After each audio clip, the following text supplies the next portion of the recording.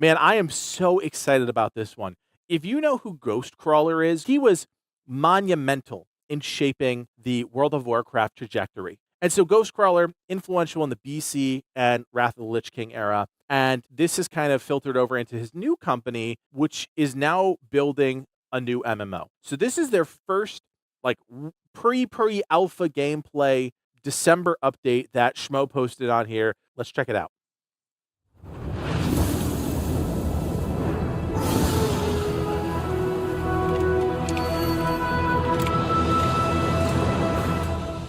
Hello, I'm Greg Street. I'm the studio head for Fantastic Pixel Castle. We are making a fantasy MMO RPG codenamed Ghost. One of our studio's values is to partner with players. So as we approach the end of 2024, we want to show you what Ghost currently looks like and where it's headed. Now, you may not be used to seeing a game quite this early.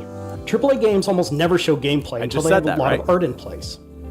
We are going to show you actual players playing the game, but a lot of temporary Unreal Marketplace content. That's funny. You're going to see some rough edges. But if we don't show the game early, we won't have sufficient time to react to your feedback, so we're pulling off the Band-Aid today.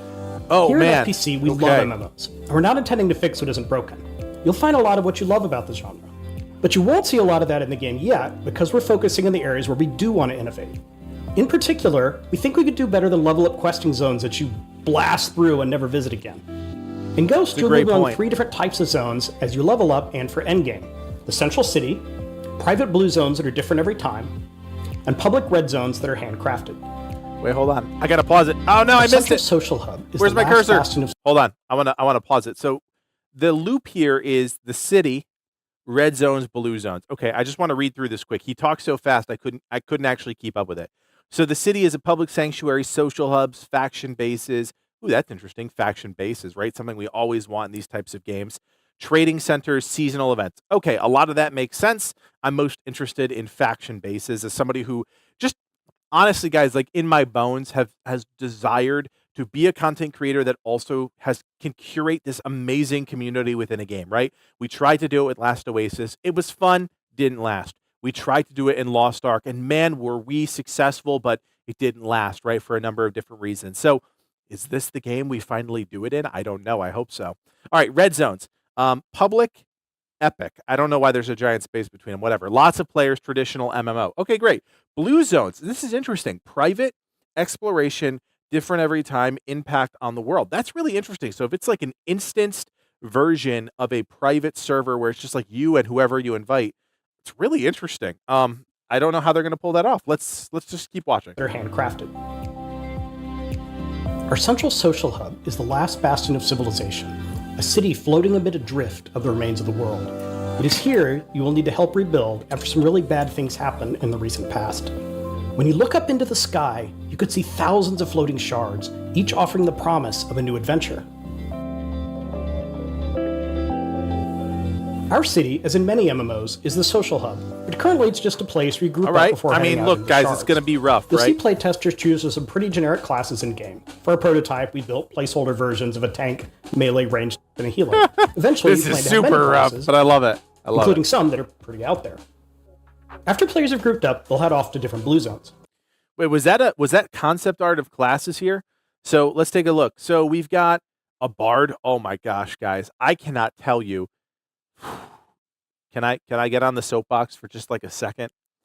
I have wanted a bard in an MMO, like a bard that I actually enjoy playing for the longest time. It's really interesting because I float between all of these different archetypes as I play games. Like in Marvel Rivals, for whatever reason, I gravitated to the Vanguards, mainly because the team needed it, but like that's what I'm playing right now. But in an MMO, I'm a DPS healer all the way, but like a bard, man, I want a bard so bad. Then you've got like a outlaw with a minigun. That's kind of interesting. Then you've got, I unpaused it. Melee range. Let's get back to it. Eventually. There we go. Then you've got like a paladin, javelin-based character. Then you've got some sort of like watermancer in the front there. And then you've got like more of a traditional outlaw, but I think he's got a katana in his back. You can kind of see him pulling it out there. So it's like a samurai with a gun. That's kind of interesting. Plan to have many classes, including some. And then what else do we have here? So we maybe have the same bard on the left there, the javelin guy on the right, And then we've got a lot of Eastern-inspired imagery. You've got the samurai type of person, the female there, second from the right. You've got like a dark sorceress, necro, and floating in the background. You've got that same watermancer in the front, but there's a cat. Now there's a cat, and everybody, in video games, if you put a cat or a dog in it, it automatically makes it an awesome game, right? So that's kind of interesting. And then you've got more of a long-range cowboy. I don't know. Just, it's concept art, right? Like, this stuff doesn't go that far. It's concept art, but this is what we're talking about here. Some that are pretty out there. After players have grouped up, they'll head off to different blue zones. Blue zones are designed for small groups, ideally you and your friends. They're different every time, meaning you won't know what combination of enemies, allies, and objectives you'll get, or even what the map will look like. They emphasize exploration. In blue zones, the focus is on you. If you kill a boss, it parse stays there. through this being so If you find rough. a treasure chest, it's yours to take. There aren't other players around, except for those you've invited. While our Blue Zone game footage has a lot of placeholder art, Shards and Ghost are from diverse biomes, and we want to show you concept art for one of these biomes that we've named the Witchwood. Our design is to evoke the spooky pine forest of Northern Europe. I describe it as Midsummer Night's Dream meets Baba Yaga. Each Blue Zone will have a main objective and several optional objectives, which your group can complete in many different ways. In addition to the RPG staple of fighting, you can talk to NPCs, gather resources, or build structures to help accomplish your goals. Interesting. Our current Blue Zones take about an hour to complete, but we plan to experiment with Blue Zones of different sizes and durations. Completing a Blue Zone will provide you with rewards appropriate to the difficulty level and the number of optional objectives you've completed. Once the smaller groups of players complete their Blue Zones, they gather back at the city and group up for a more epic challenge, a Red Zone boss.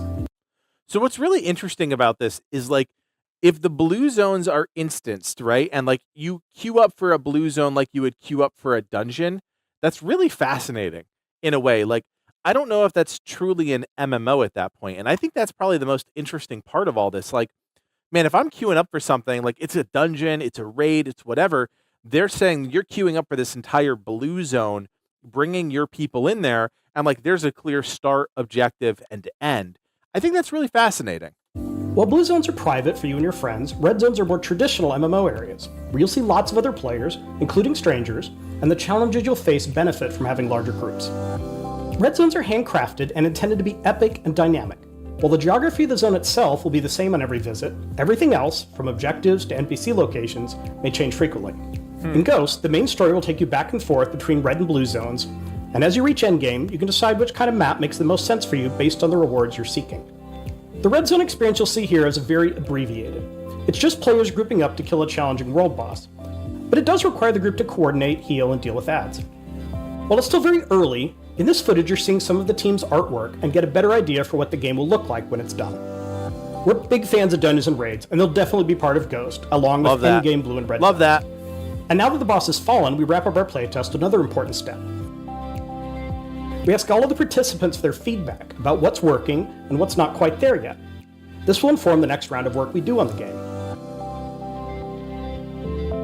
So yeah, we aren't here to announce a release date, we still have a few years to go, but we also hope we can move faster than traditional MMO development.